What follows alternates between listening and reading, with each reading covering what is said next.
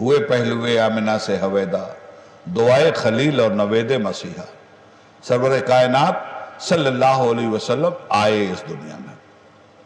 آنے کے بعد کام کیا تھا؟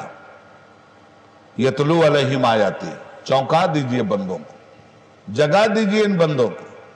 اللہ کیا چاہتا ہے ان بندوں سے؟ اللہ کی آیتیں سنا دیجئے ان بندوں کو، تزکیہ کر دیجئے ان بندوں کا۔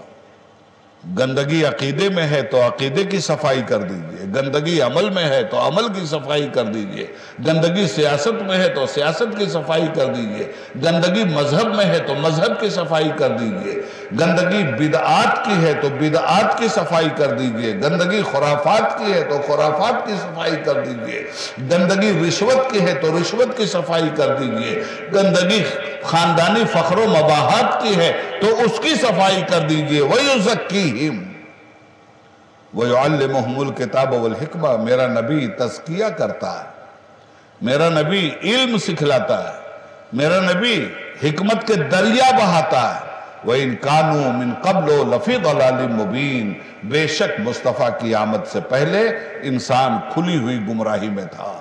تو ان گمراہ انسانوں کو ہدایت یافتہ بنانے کے لیے ضروری تھا کہ قرآن سے ان کا رشتہ جوڑ دیا جائے، نماز سے ان کا رشتہ جوڑ دیا جائے، عبادات سے ان کا رشتہ جوڑ دیا جائے، اخلاقیات سے ان کا رشتہ جوڑ دیا جائے، معیشت اور معاشیات سے ان کا رشتہ جوڑ دیا جائے، حسن معاشرت سے ان کا رشتہ جوڑ دیا جائے۔ اور وہی سب کچھ حضور سرور عالم نے کیا۔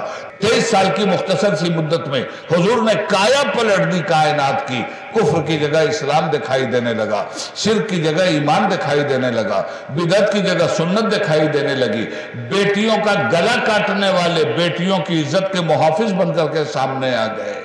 خود نہ تھے جو راہ پر، اوروں کے ہادی بن گئے۔ کیا نظر تھی جس نے مردوں کو مسیحا کر دیا، ایک عرب نے آدمی کا بول بالا کر دیا، خاک کے ذروں کو ہمدوش ثریا کر دیا۔ تو نے ثابت کر دیا اے ہادی نوع بشر، مرد یوں مہرے لگاتے ہیں جبین وقت پر۔